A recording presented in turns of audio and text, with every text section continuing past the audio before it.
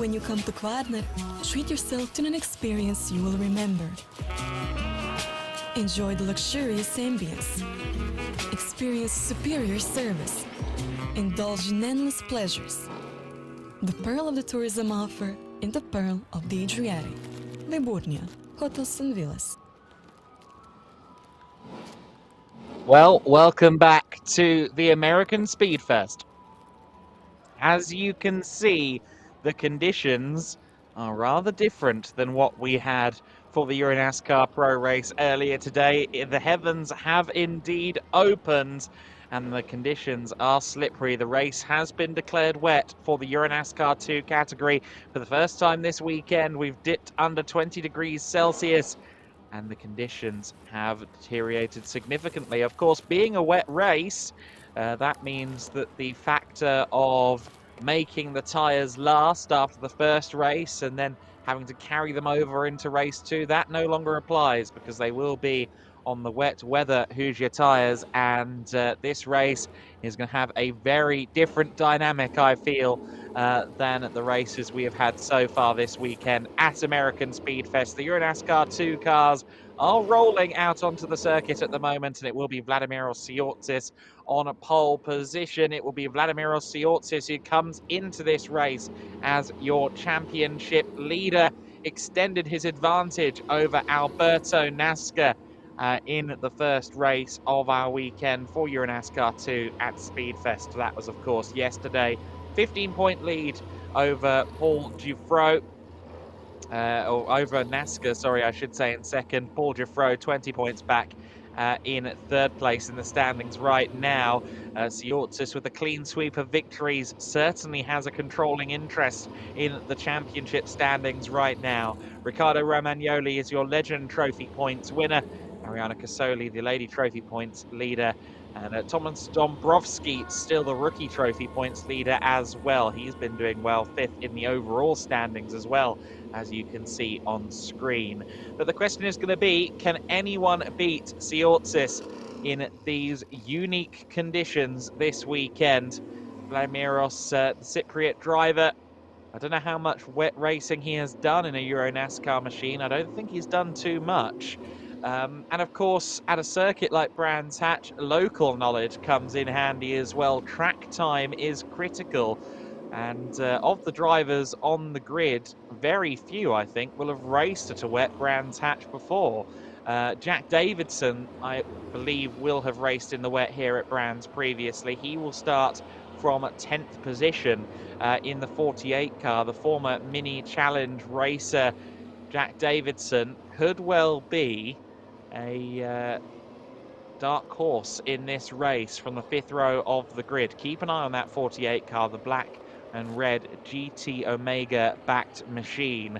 Of course, the likes of Martin Dubek, he will have done some wet racing in his career as well. I think the dynamic of this race, the significance potentially of being towards the sharp end at the start is, pun intended, dampened significantly. Yes, of course, being on pole position, being on the front row will be advantageous, but with the reduced speed, the reduced grip, comes increased opportunities to pick your way through the field if you can keep it neat and tidy. What kind of role will the spray play as well? I don't think it's so wet out there that the spray will be that much of a factor, but if it continues to rain, then maybe that will be a problem as we go on. You see the windscreen wiper there on Dubek's machine. Those will be deployed liberally, I'm sure.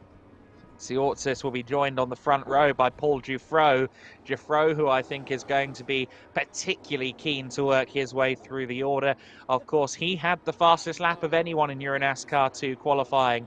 However, he was penalised retroactively for a collision with Gil Linster during quali and ultimately had his fastest lap time deleted. We know Giuffreau is one of the quickest drivers here at Brands this weekend. How will he adapt to the wet conditions? So it will be Siortsis and Giuffreau on that front row. Alberto Nasca, who I'm sure plenty of people are tuning in to support. The YouTube star will be lining up on the second row of the grid. Last year's EuroNASCAR 2 runner-up, of course. He'll be pushing on from the second row of the grid alongside the 2021 EuroNASCAR 2 champion Martin Dubek. So as you can see, less than a dozen minutes before the command is given for the last time this weekend. And I am excited to see how things are going to be in these wet conditions. You can see it's definitely not slick tyre conditions. And, well, for Thomas Dąbrowski, it's also not particularly grippy conditions, as you just saw him spin going through Surtees. So Dąbrowski's had a moment on his lap towards the grid. You can also see that there are a few gaps in the grid as well. We're yet to see Melvin de Groot arrive. I note that he is missing. But let's go to someone who is there, Paul Giffreau with Andre Viegold. Thank you so much, Adam. Paul, how much experience do you have in the rain? Something like 0. Yeah, it will be my first time on rain, so we will see. Do you think, are you still confident and trying to win this race today? I don't know. The first objective will be to finish the race first, and yeah, of course I will try to win this, but I don't have experience in rain, so I will take the experience, and if it ends well, it's the better thing possible, but my goal is to finish the race in order to be on the championship battle at the end of the year. Thank you so much, merci beaucoup. Definitely rain tires on this car, and it's learning by doing. Absolutely, learning in the thick of it there. That'll be exciting. I imagine Vladimir Osiortis can't have done that much rain driving himself either. Of course, he mentioned he's been karting since he was 5 years old. He has experience in general. But, you know, I watched a lot of Rally Cyprus when I was a kid, watching the World Rally Championship, and I don't remember many wet stages over the years. They're blessed with good weather on the Isle of Cyprus. And Vladimir Osiortis from pole position, he will likely be driving in the wet, not for the first time. I'm sure he's done at least a little bit, but I'm sure everyone here at an experience deficit in these conditions. I think a lot of them will be learning by doing, as my colleague Andre Viegold just said. Just to finish off my point as well, Melvin de Groot has now arrived on the grid. We know that on the third row, Patrick Schauber will not be there. The 27 double V car damaged yesterday in the crash with Jack Davidson on the run up Halewoods Hill. Of course, Davidson and Marco Stitt Motorsport managed to get the car ready. He is on the grid there on the fifth row, but unfortunately the third row of the grid is missing Patrick Schauber. He will not be taking the start. Hopefully Max Mason is able to take the start. He was not racing yesterday, but we'll have to see if that number one car is out there for the Aussie driver. Let's go back down to Andre. I think I have another driver I have to ask about rain tire and wet conditions experience. How good are you in the rain? Well, I was really bad under the rain, like mega bad, until we did a test 2 months ago with Mark Goossens, and he gave me all his experience and taught me how to drive on the rain. That was probably the best test I did in my whole life. Now, maybe I will go 3 seconds lower than Ciorti, so I don't know. But that day, I understood what I was doing wrong in the wet conditions. So I can say that now I'm more experienced than last year. However, driving in rain conditions, especially in a tricky track like this one, it's difficult and it's dangerous for the race, you know, not for myself, but for the results. This is one of those, sorry, my engineer was talking to me in the radio. This is one of these conditions where it's probably better to start behind because you can understand the limit looking at the car in front. So maybe it's not that bad. Maybe it's not that bad. That are the words of Alberto Nasca. I'm really looking forward to this race because we have so many young guys here up front, and I can confirm all of them rain tires. Yeah, not surprised by that, with it being declared a wet race, and we'll have to see how this unfolds then. And yep, so Alberto Nasca, good to hear from him there. And how interesting that he got the maestro advice from Mark Goossens, the winner of the 1991 Formula Ford Festival here at Brands Hatch. Now, I know that in 91 it wasn't raining at the Formula Ford Festival. However, I have no doubt that the British weather challenged Mark Goossens at various points in his junior single-seater career. Goossens, if anyone is going to teach you how to drive in the wet, it would be him. Let's go to Andre. No, I think we are going to have the anthems now, are we?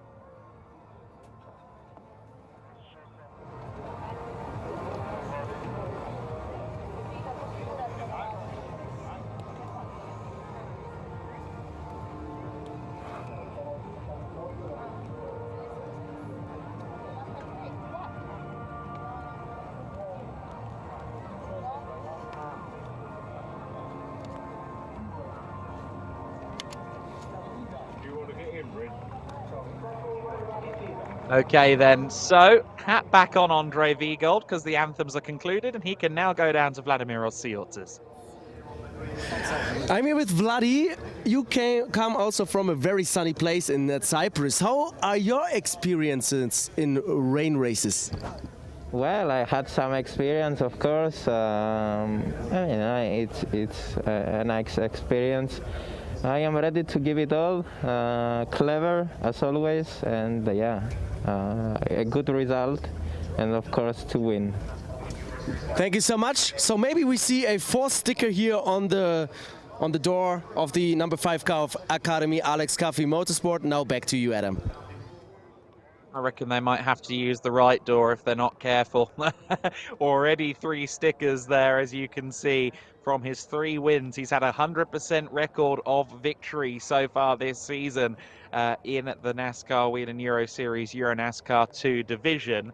However, of course, prior to yesterday, he'd only ever won at the Circuit Ricardo Tormo. So any subsequent victories he takes following this Brands Hatch event will be his first wins at any given circuit within EuroNASCAR. So Siortsis is very much on the upward trend, on the ascendancy.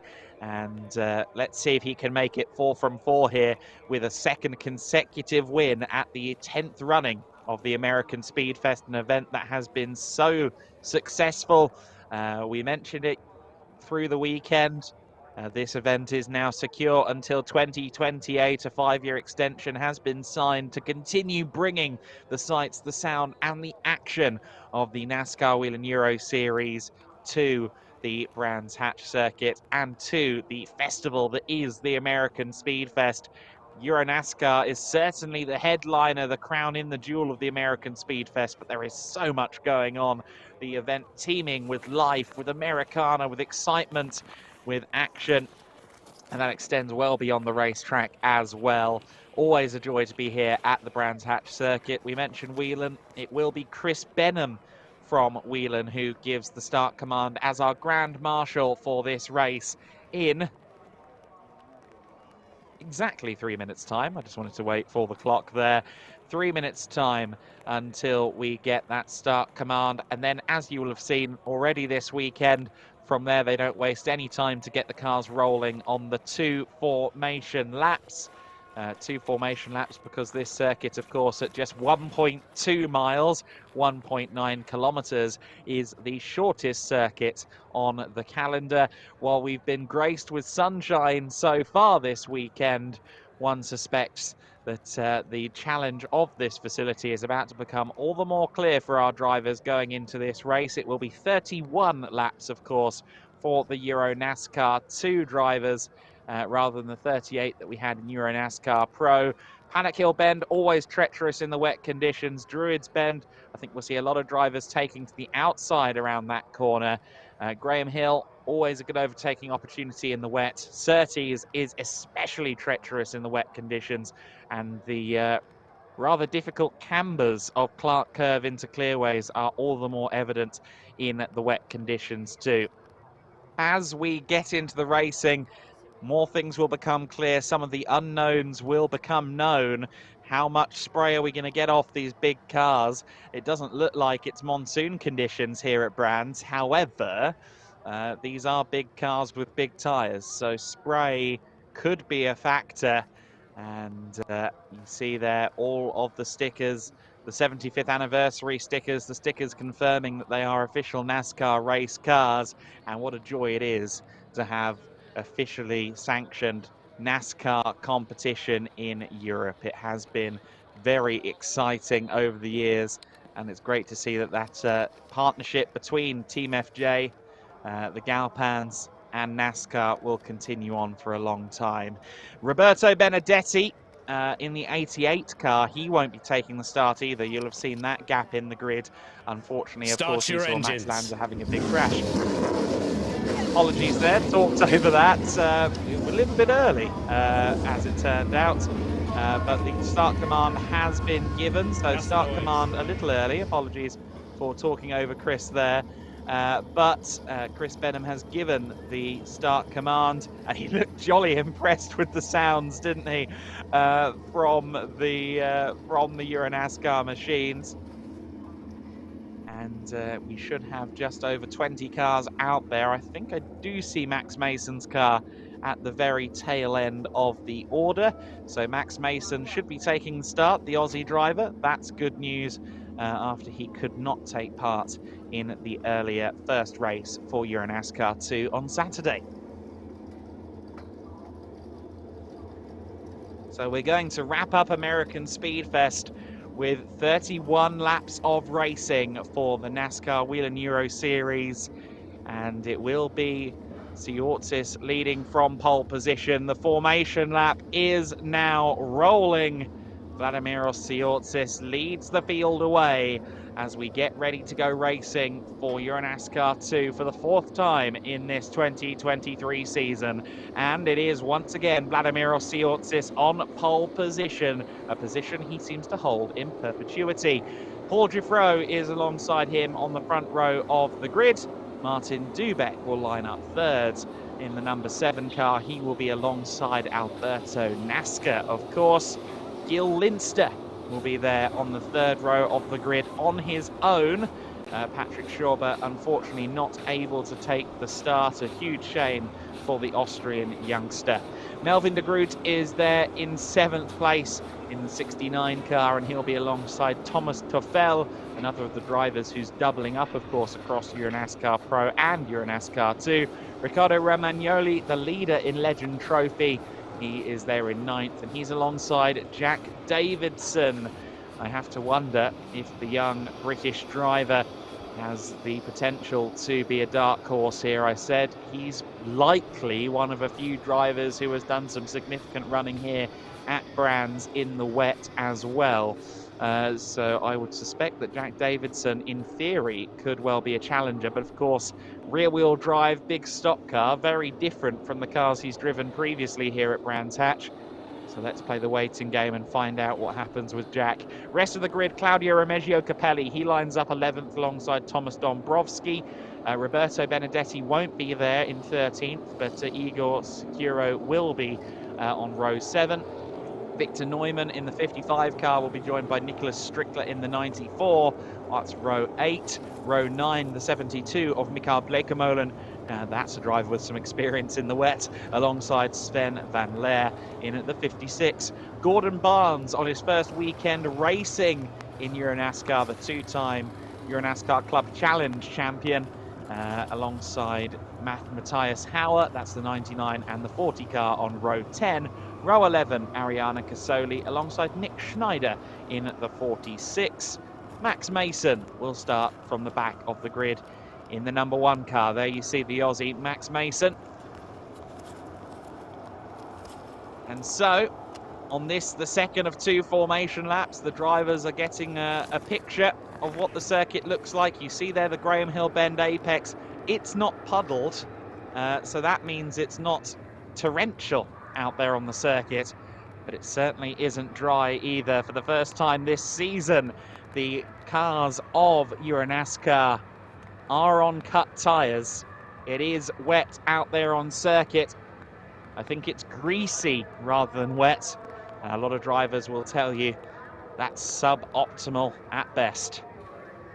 Vladimiros Tsiotsis is your leader then as he guides the circuit, the cars around. The safety car peels off, and it will be a drag race between Tsiotsis and Paul Giffreau. The course on wet conditions, the outside line is sometimes favoured. So can Paul Giffreau get a good start here? He will be trying to challenge Vladimiros Tsiotsis. He gets a very good start. Paul Giffreau then potentially leading into Paddock Hill Bend, but Tsiotsis has the inside line, but it doesn't pay off for him. It's Paul Giffreau who leads the way. Third place for Dubeck. Alberto Nasca getting a bit wiggly there under power. He's got Gil Linster to worry about. Jack Davidson further back in the pack. He's on the outside around Druids Bend. Oh, and a bit of contact, I think, there potentially between Nasca and Linster. They're side by side through Graham Hill Bend. Linster on the painted curbs on the outside of Graham Hill. That's not good for traction. Nasca just about holding on to fourth position at this stage, but you've seen him get wiggly a couple of times already. See if that tuition from Mark Goossens pays off across the race. Here comes Melvin de Groot, though. Melvin seems to have his webbed feet on at the moment. He's running side by side with Gil Linster for fifth position. Linster has the inside line. Let's see if Melvin de Groot can go around the outside. Yes, he can. Nicely done. And he does have the car ahead. Does he have the whole car ahead? Yes. Linster couldn't carry the apex speed there. It does seem that the outside line is favourable around Paddock Hill Bend.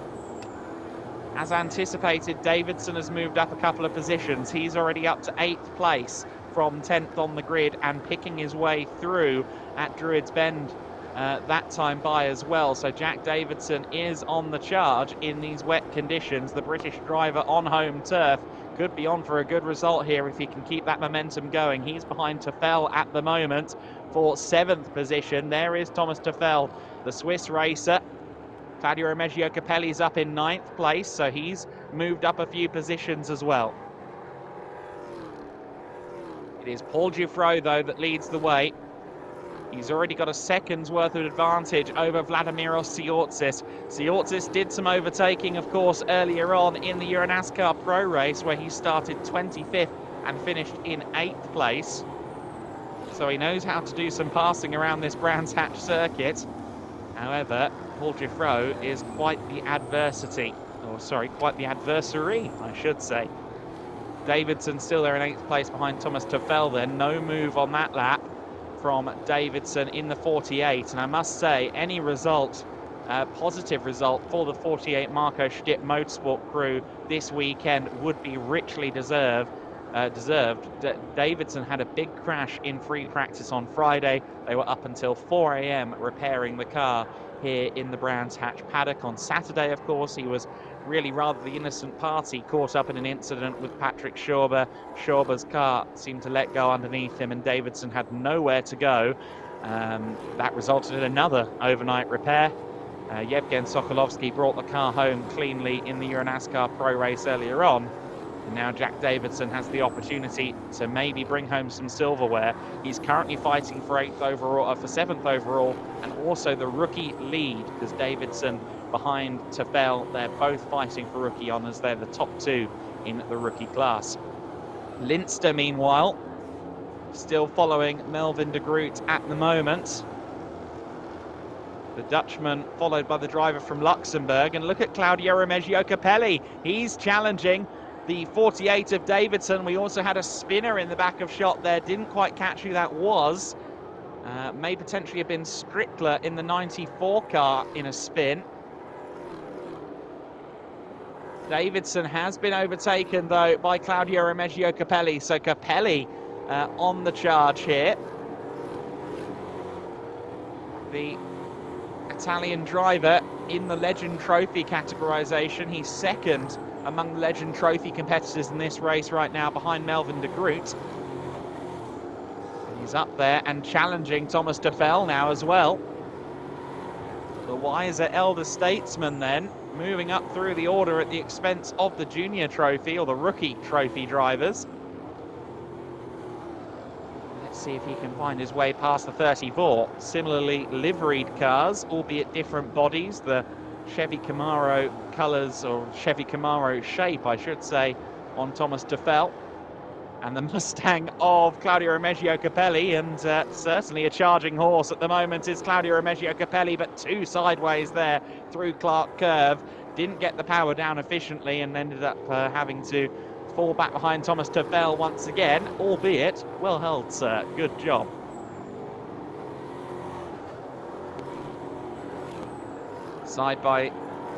Not side by side, line astern through Paddock Hill Bend, but they will be side by side by the time they get to Druids. At least Claudio Remeggio Capelli thought he had the opportunity to dive alongside, couldn't quite get it done. Well, all of this is happening. Dufro is out there and he's setting the fastest laps of the race, a 55.797 for Dufro. He's 2 seconds clear at the sharp end of the order. He's the only driver in the 55s as well. Everyone else in the top 10 in the 56s in terms of best laps so far. Davidson looks like he's struggling a little more than anticipated. It looked like he was coming under fire from Riccardo Romagnoli there briefly as we cut away.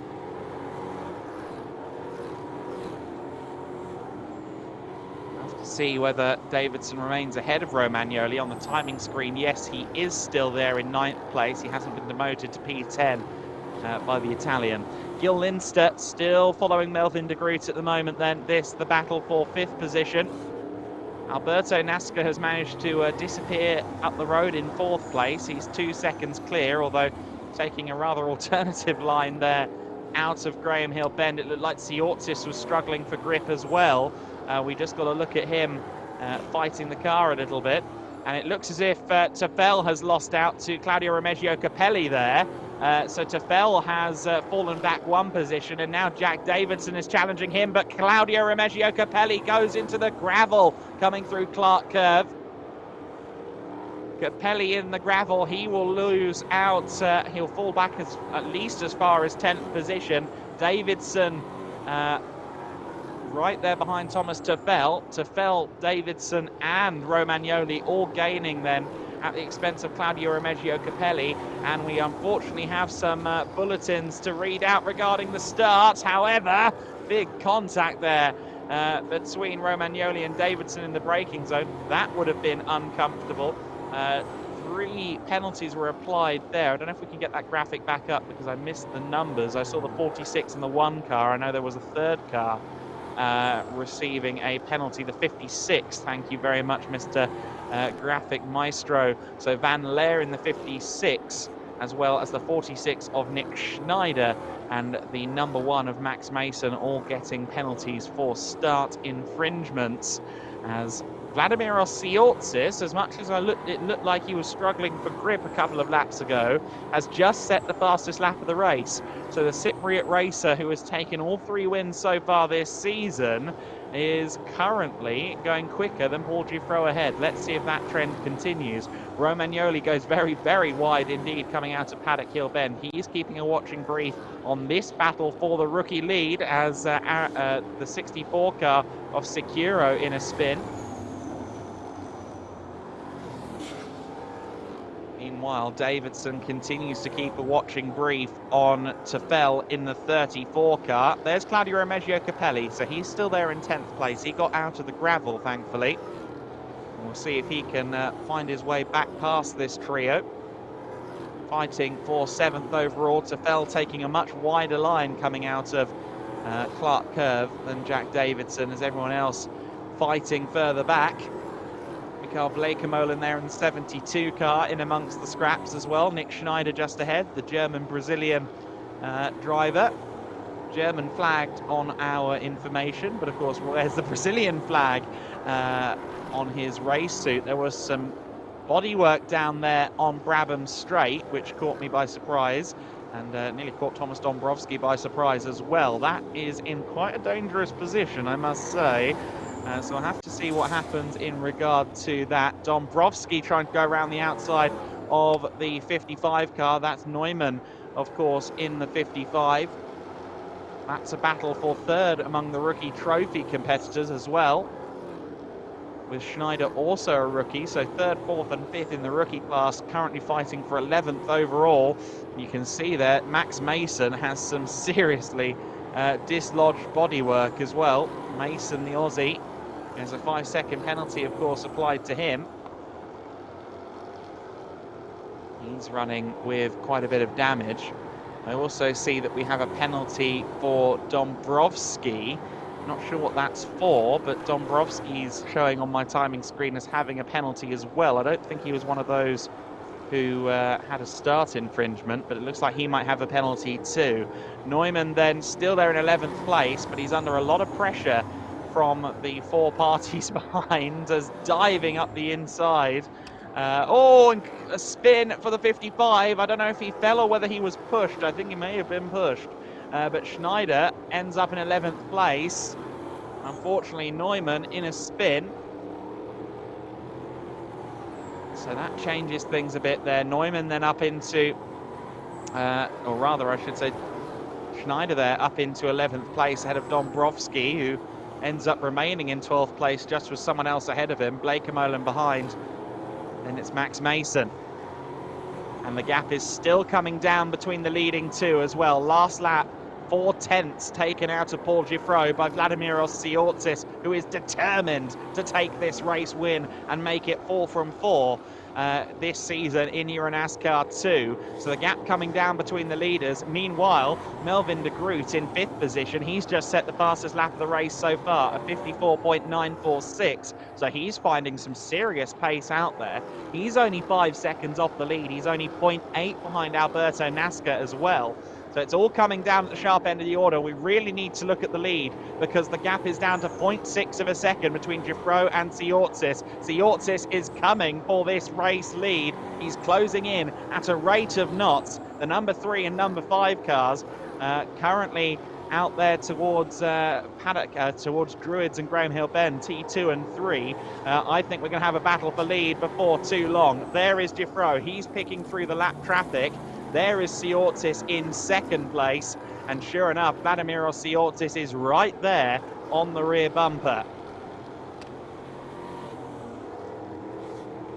So it's a 66 car of Dombrowski with its 5-second penalty, 10-second penalties for the 46, 56 and 1 cars for their full starts. So some quite severe penalties have been dished out thus far in this race. We're approaching half distance. We're on to lap 14 of the race, and the gap down again between Giffreau and Tsiotsis, 0.4 of a second. Vladimiros Tsiotsis has started to find the grip. You can see that the track is drying. I don't think it's actually raining here at Brands. However, it is of course still very slick out there on the tarmac. Gil Linster has just set the fastest lap of the race, so he's improving, as is Melvin de Groot, who's right on the back of Alberto Nasca. We can see Nasca still there in 4th place with Melvin de Groot behind. But let's see if Vladimiros Tsiotsis can find a way past Paul Giffreau, who I think has been made very aware of the increased presence of the Cypriot driver behind him. Still having to avoid that bodywork there on the Brabham straight. The decision has been taken that everyone is aware that it's there at this stage. Alberto Nasca has just set the fastest lap of the race, so Nasca is starting to come good in these wet conditions. The words of Mark Goossens potentially echoing in his head after that test he referenced a couple of months ago. Tiptoe around Graham Hill Bend for the 15th time, and Tsiotsis starting to show the nose, starting to make it clear that he is there or thereabouts. And you can also see some of the drivers dipping offline to find some wet conditions as well. I seriously doubt anyone is going to go slicks over the course of this race. However, they are having to try and cool these wet tyres down. Both parties avoid that bodywork.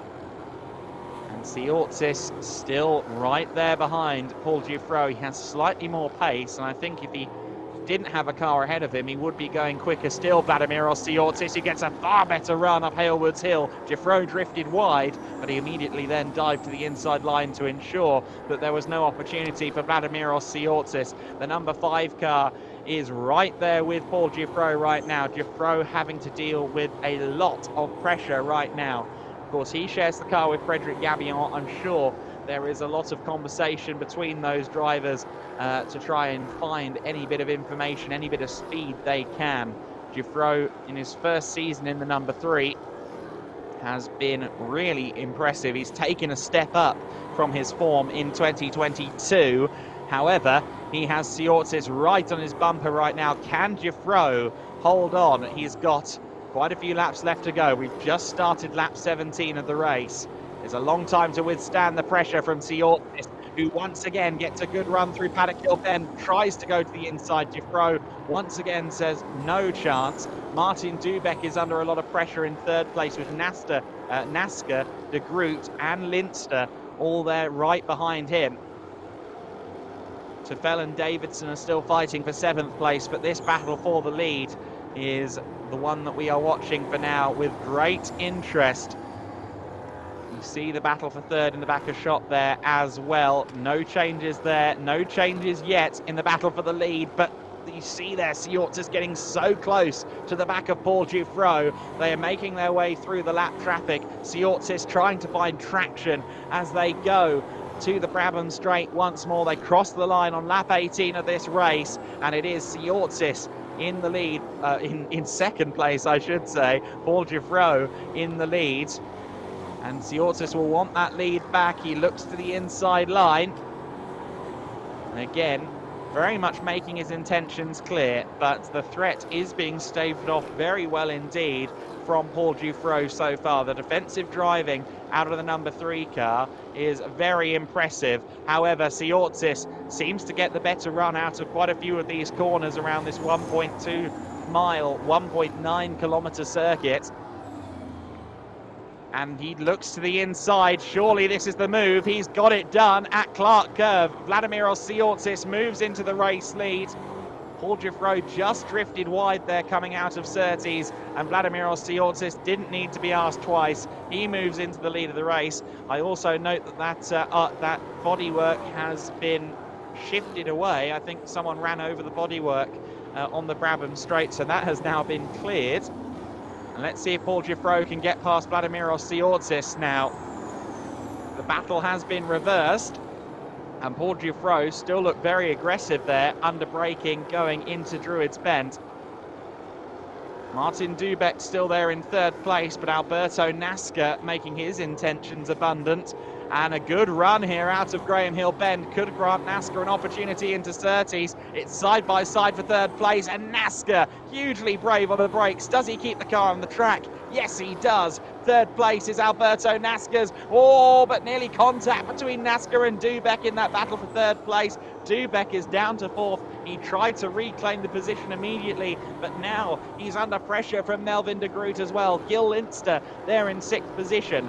Meanwhile, further back, Davidson has gotten past Thomas Tefel. So Jack Davidson has moved into 7th place. He leads the rookie classification. We watch this battle for 4th position as Martin Dubeck goes defensive up against Melvin de Groot. And the lead has changed. Paul Giffreau has gotten back through. Paul Giffreau leads once again then, and we're going to get a look at why. Oh, Siortis drifted wide at Clark Curve. Easily done in dry conditions.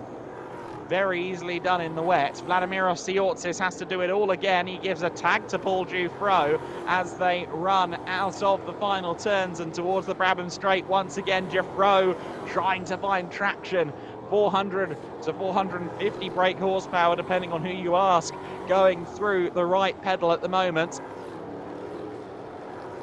And no driving aids to speak of. These are incredibly manual racing cars. And in these wet conditions, they really separate the men from the boys. And Paul Giffreau is our race leader for now, but what can Siortis do? He's still there, welded onto the rear of Paul Giffreau. We've got 10 laps left to run. There's Alberto NASCAR. He's clear in third place, and he seems to be getting away from Dubek as well. If these two keep scrapping, NASCAR could have a shot at a win here. CEST looking to the inside again, but getting absolutely squeezed out by Paul Giuffreau. Giuffreau said, absolutely not, you're not having the inside line. Vladimir CEST continues on then in second place. From here on out, I think it's fairly clear that the gloves are off. Cars number 46 and 1 have a drive-through penalty.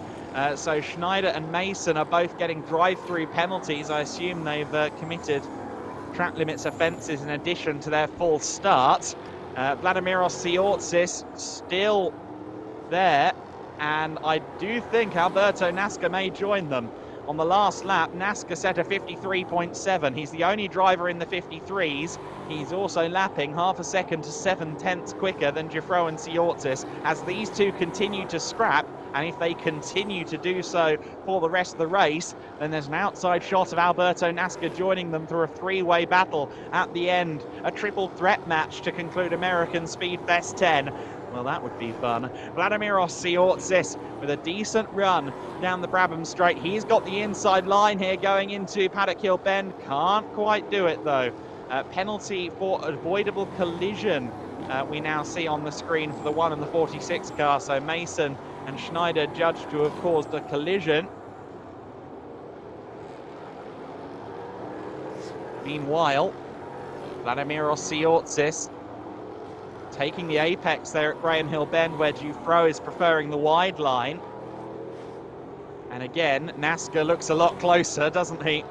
He's lapping a lot quicker than those around him right now. Alberto NASCAR, he said in that interview with Andre Viegold earlier on, I'm not a wet weather driver, or at least I wasn't.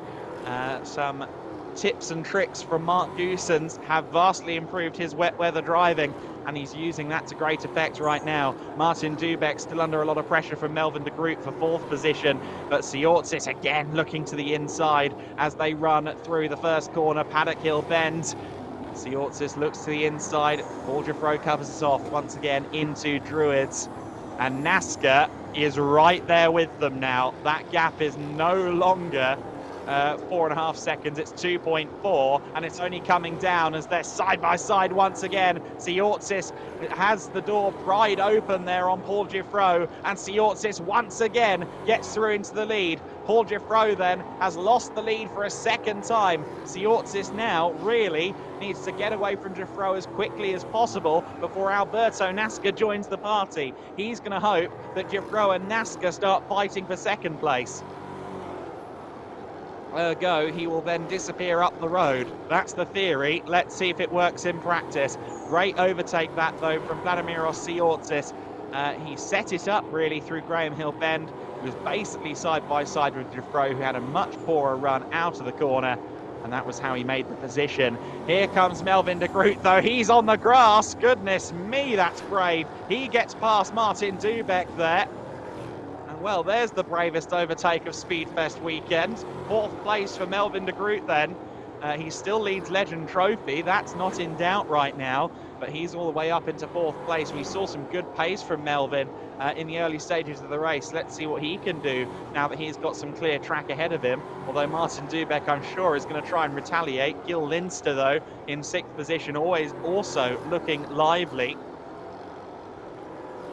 Behind them is Jack Davidson, but he's 18 seconds back, so I think the worst that any of these three parties can do is finish in the top 6, so long as they all stay clean, of course. Lap 26 of the race, and Vladimir CEST is building a lead. His last lap, a 52.969. So he's the first driver into the 52s as the conditions continue to improve around this Brands Hatch Indy circuit. Alberto NASCAR's last lap was a 54.3. I think he may have made a little bit of an error in that battle for second place, and Giuffreau was actually quicker. We'll have to see if that trend continues on this lap in the battle for P2. Melvin de Groot there in 4th place, having got past Dubek. It looks like he's just controlling the situation there. It looked like he gained a car length just in the traction zone there through Clark Curve. What's the gap between Dufresne and NASCAR? It's 1.7 seconds. So it seems as though Dufresne is now lapping quicker than Alberto NASCAR. After a few laps between Siortzis and Dufresne that were rife with battling, NASCAR is no longer closing in on the car ahead of him. And Vladimiros Siortzis is surging forth into the lead. He's almost 2 seconds clear as they go through lap 27 of this motor race. And you can see Siortzis looking for wet conditions, trying to find some wet weather, trying to find some traction and some cooling for these wet tyres. It's still certainly not dry out there, but it's not fully wet either. There are dry patches and it is largely just greasy out there around the circuit. Alberto NASCAR, let's see what the gap is between he and Dufresne. He's taken half a second out of Paul Dufresne on that lap. I think, though, that was partly because of lap traffic. So let's see if NASCAR can try and make a late charge for second position here. Come what may, it appears that he's going to lose more points to Vladimiros Siortzis, which he won't be too satisfied with. Siortzis, conversely, having a brilliant weekend here at Brands Hatch. He's 3 seconds clear now of this battle for P2. There he is going through shot, just picking past Ariana Casoli. But can Paul Dufresne hold on up against Alberto NASCAR? They're about to start the 29th lap of the race. It will be 3 to go this time by. Very impressive that everyone is still running at this stage of the race. The drivers have taken to these wet conditions rather admirably, I believe. And Paul Dufresne picking the inside there as he gets past Ariana Casoli. Alberto NASCAR right on the bumper once again. After a couple of off laps, it seems as though NASCAR has found his groove once more. Victory is a long shot at an absolute best now for Alberto NASCAR. He's 4 seconds back from Vladimiros Siortzis, but P2 is still very much on the cards for the driver of the 54.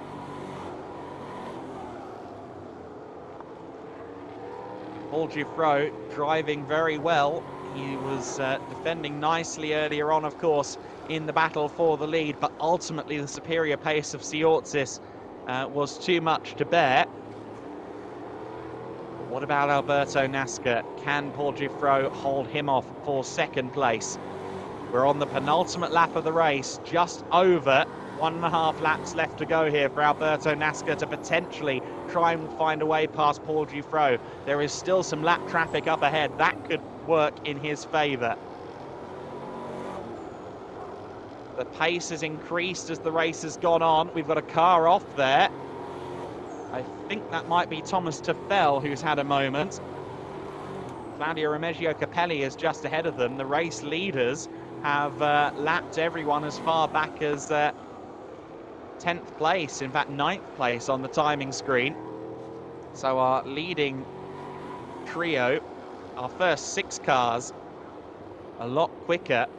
They've taken to the Brands Hatch Indy circuit in these wet conditions very well.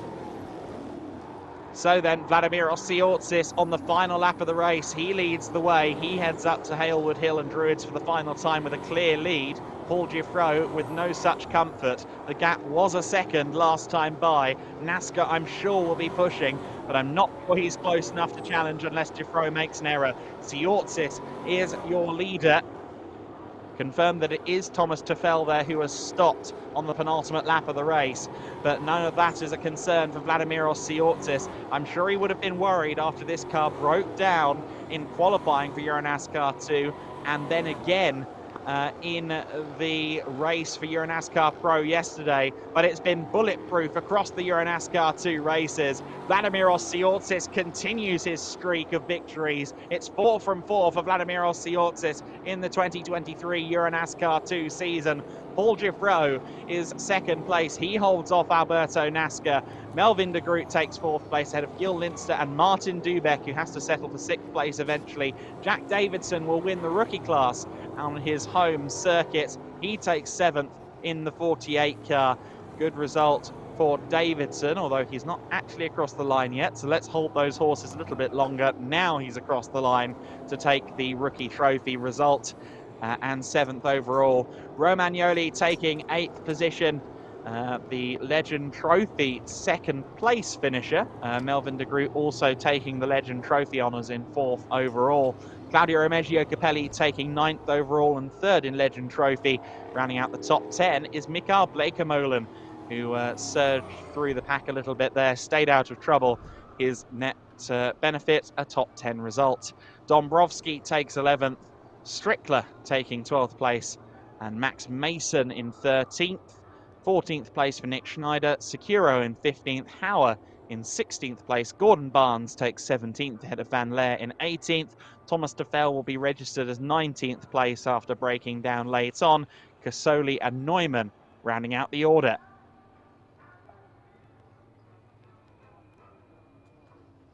So then Vladimiros Tsiotsis, for the 2nd day in a row, is heading to victory lane. He and Gianmarco Ercoli have taken the clean sweep in their respective categories. Of course, Tsiotsis also racing in EuroNASCAR Pro, but Gianmarco Ercoli took both victories in those races. In the wet conditions, though, Vladimiros Tsiotsis has been exemplary. He gets the final police escort of the weekend. He'll arc left here at Paddock Hill Bend, and the public will be awaiting him. Quite a few of the fans have ducked for cover given the wet conditions at this stage, but I'm sure he's still going to have an audience to watch him ascend to the top step of the podium once again here at the American Speedfest 10. The wet conditions serving up an amazing race to conclude the American Speedfest. We were kind of expecting wet conditions all weekend. It was suggested on the radar all weekend long that Sunday was going to be at least a bit wet. We did have a little bit of rainfall on Saturday, but it didn't affect either of our races. The rain held out just long enough to complete the EuroNASCAR Pro race in the dry. However, our EuroNASCAR 2 drivers have had to weather the weather in this race, and they have all done so admirably. Vladimiros Tsiotsis, not quite a lights to flag win, of course, with that battle with Paul Giuffreau. Giuffreau was our early race leader. Andre Viegold chatting away to Vladimiros at the moment, and we will get a formal interview between the two in a few moments' time. Once Vladimiros Tsiotsis is out of the car, you can see that the spectators are gathered round to see him ascend to the top of the podium and, well, potentially the roof of his car, although I suggest that a painted fiberglass roof might be a bit slippery. He's going to try it. Please stay upright, Vladimiros. There you go. He celebrates a race win. He's got the crowd at his feet. He's got Andre Viegold on a microphone waiting for him shortly. But the Academy Motorsport driver for the 2nd time in a row, Alex Cappy, Academy Motorsport. We heard from the XF1 driver Alex Cappy yesterday, of course, as well. He commended Vladimiros Tsiotsis' performances to this point in the season, or to that point in the season. And after the 4th round, I'm sure that the adulation will only continue in that garage, because Tsiotsis has made it 4 from 4.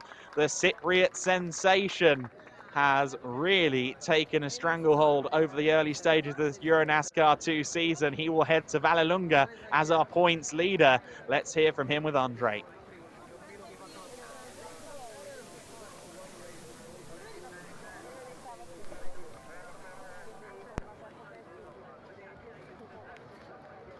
So it seemed as if we had a sound issue there. We weren't hearing any audio. Hopefully we can go back down there in just a few seconds.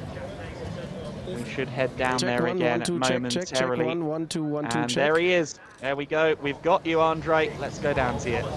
Yes, now the audio is working. So again, congratulations, Vladimiros. Amazing race with Paul Giffroy. You were exchanging positions. The track evolved, it dried, then we had rain a little bit back. Just talk us through this amazing race. Yeah, my biggest competitor in this race. Congrats to him for his amazing effort and his improvement from last year. I remember him a small kid coming here, you know. So yeah, for me, okay, I expected that it will be difficult, of course, as in my island, I mean, almost of the days we have a sun, 40s, up to 40s. So yeah, not bad. I mean, we lost the place at the beginning under the rain. Then when it gets more dry, I push a lot, so we manage it. I lost the car while leading at the first time. That's why the Paul took the advantage again back. But we managed after. He was defending very well to claim, I mean, for the last time the victory. We did it. I am happy because yesterday you remember the problems. And I am so happy for myself, for what I did in Pro, for the team, what we did in EuroNASCAR 2, and we keep going. Not so bad. Okay, that was your words, not mine. So congratulations again, and you know what time it is. Yeah. And I will help you a little bit. Yeah, sure. Come here. I will need it.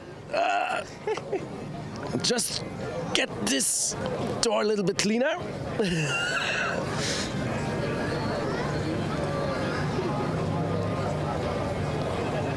And there we go with the sticker. Guys, are you ready?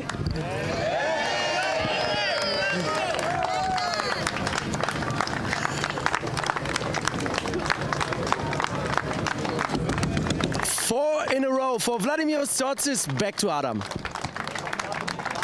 What a sight that is. Vladimiros Tsortsis continues to ascend the EuroNASCAR 2 ladder. He continues to extend his championship advantage. Vladimiros Tsortsis getting adulation from his Academy Motorsport colleagues.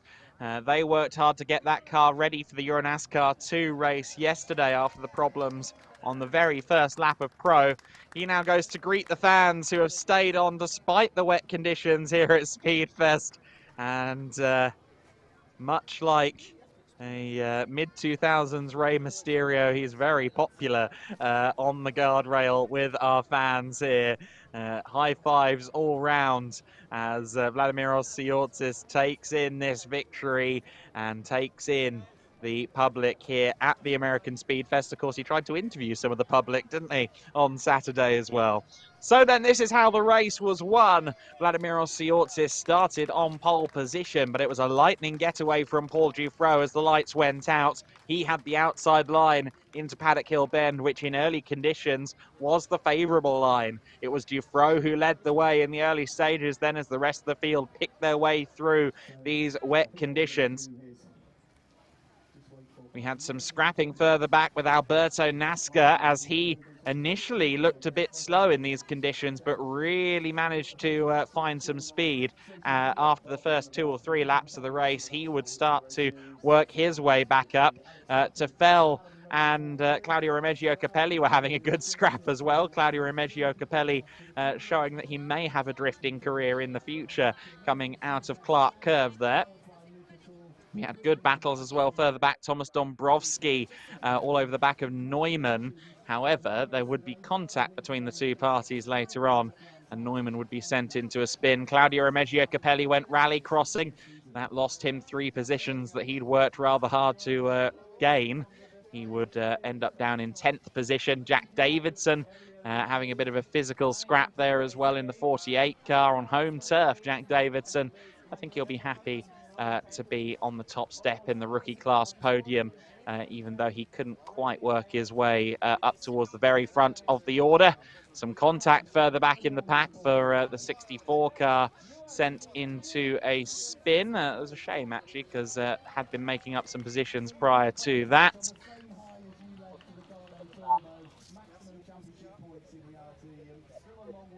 Bit physical further back in the field, and unfortunately the 55 sent into a spin as a result of that. Had some side-by-side action further back as Tefel and Davidson continued to fight, but at the front of the order, Paul Giffroy had his work cut out for him, defending up against Vladimiros Tsiotsis. Tsiotsis would dive to the inside and take the lead at Clark Curve. It would be Tsiotsis leading, though, only for a couple of laps, because at the same corner, I think 2 laps later, he had an off, and Paul Giffreau regained the lead. However, Tsiotsis only lost maybe a second or 2 and would soon be on the offensive once again. And so these cars running through the Clark Curve and onto clearways.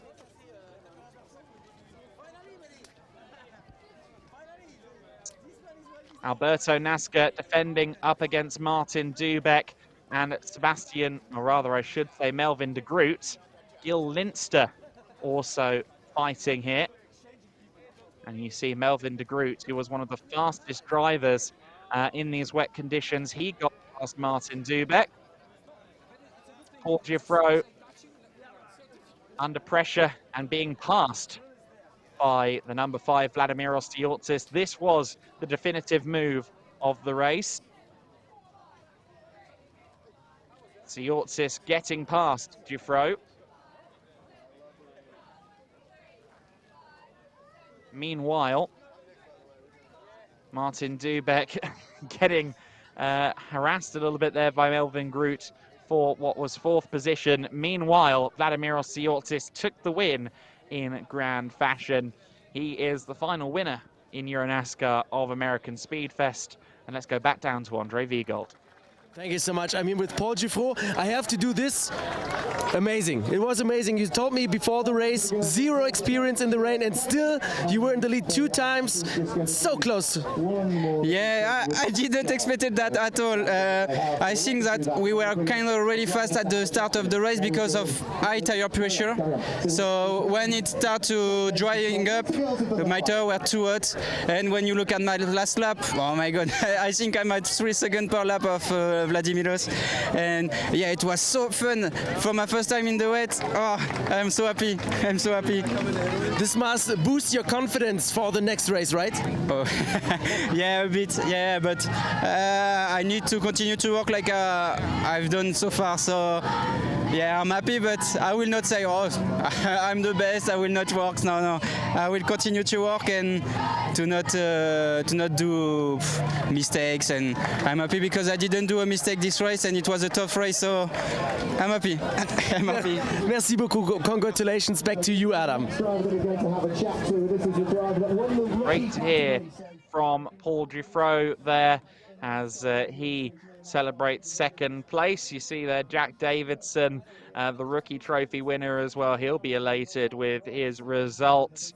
And well, the American Speedfest never fails to deliver action and excitement, and that last race alone was really exciting.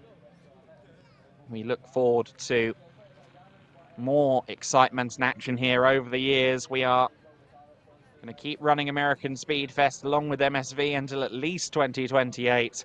It's become such a fixture of the calendar here at Brands Hatch.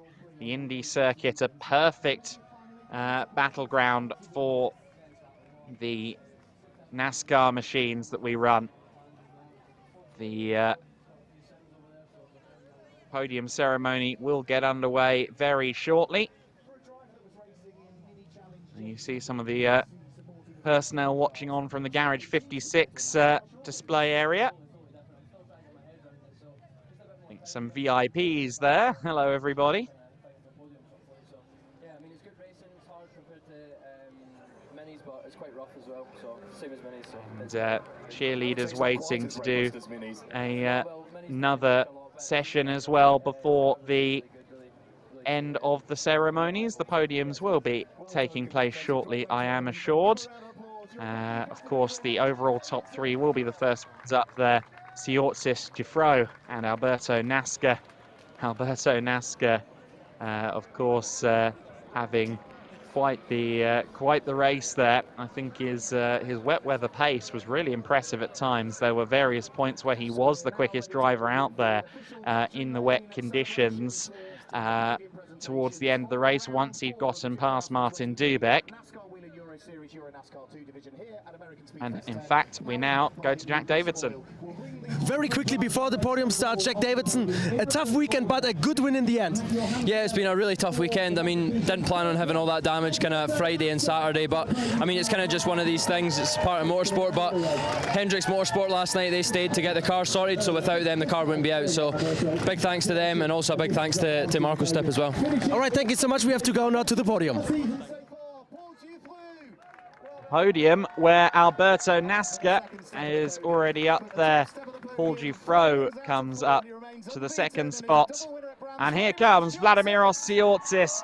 He's got the Cypriot flag as his cape once again. The Super Cypriot jumps for joy with his 4th consecutive win. He will have a 20-point advantage over Alberto Nasca in the championship.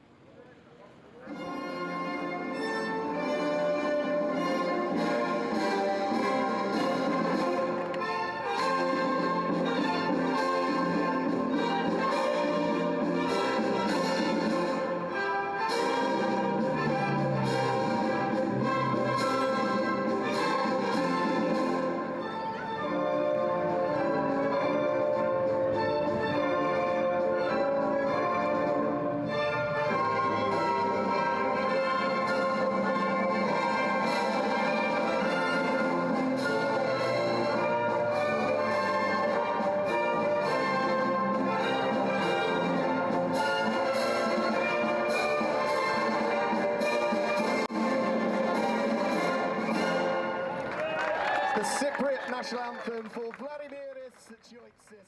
There you go, Vladimiros Tsiotsis takes another win, 4 in a row here at the EuroNASCAR 2 and 2 at the American Speedfest. 3rd place trophy, Alberto Nasca receiving the trophy from Whelen guest Hannah Edwards-Benham. And also a bottle of Panu wine presented by representatives of the Gourin family. And Chris Benham, who was our Grand Marshal, taking the 2nd place trophy to Paul Dufro. A well-deserved 2nd place there. He could have had a win as well if the circumstances were different. He did an admirable job defending against Vladimiros Tsiotsis, who receives his trophy from Whelen's Michel Mandel. Michel Mandel taking the top trophy to Tsiotsis, and the Panu bottle delivered to him as well. Vladimiros Tsiotsis getting used to this whole top step of the podium lark. 4 from 4, 5 wins total in his EuroNASCAR 2 career now. And he has all the momentum in the world going into Vallelunga. However, that is a circuit where Alberto Nasca undoubtedly has the experience advantage. The confetti flies and the champagne is sprayed by Alberto Nasca. And Vladimiros Tsiotsis and Paul Dufro. And I do note that both parties there in the 2nd and 3rd spots largely aiming at Vladimiros, but he's earned a shower after that performance, of that much I am certain. He'll add another trophy to the collection then. A huge congratulations to Vladimiros Tsiotsis. And we now have a presentation, because as the EuroNASCAR 2 fastest driver of the event, he receives crown. He will not be the king of Brands Hatch, that's Gianmarco Ercoli, but he is now our Prince of Brands Hatch. And there is the red banner presented by Michel Mandel. The Whelen banner will signify that he is the points leader going into Vallelunga, and that is a title he will be looking to retain through that weekend and the rest of the season. And on his current form and his current pace, can you really bet against him? One of the quickest drivers in the paddock, full stop. He's been very impressive so far in EuroNASCAR 2. The EuroNASCAR Pro and the EuroNASCAR 2 division put together, and that goes the way of the number 54 Cal Racing team. So a representative. The Cal Racing team with the best team of the event award here. Another Whelen guest will present the trophy here. Oliver Sissons going to present that. So there is the 54 Cal Racing crew. Alberto NASCAR there. I think Gianmarco Ercoli may be somewhere in there as well, but the 54 Cal Racing outfit have scored the most points across EuroNASCAR 2 and EuroNASCAR Pro, and they receive the honour of taking to the podium en masse as Oliver delivers the trophy. We did see as well that Gianmarco Ercoli still very much there as well. You see him on the second step of the podium. And congratulations to them then on a hugely successful weekend in that number 54 car. In both series, the 54 car is a serious contender. And of course, in EuroNASCAR Pro, it's now our championship leading entry in the hands of Jimmy Ercoli. Next up then, we'll have the Legends Trophy podium for over 40 drivers. Claudio Remeggio Capelli will be first up to receive his trophy.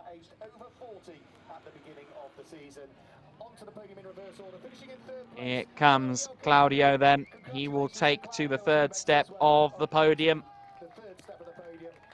Congratulations to him in his second season of EuroNASCAR 2. We did put a couple of feet wrong, we saw that, but he drove well in the wet. Riccardo Romagnoli taking the second step of the podium. I believe he will continue to lead the Legend Trophy Championship. Of course, Melvin de Groot, our winner for the second day in a row.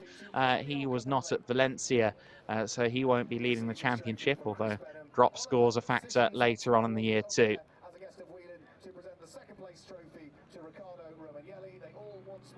And so the trophy is being presented again. Chris Benham, Oliver Sissons and Hannah Edwards-Benham, all guests and all representatives of Whelen,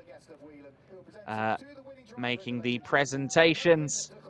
And here is Melvin de Groot's winning trophy from Hannah. Congratulations once again to Melvin on his successes this weekend. He's been as quick as ever, and he'll be challenging going forward for the rest of the season. That much is certain.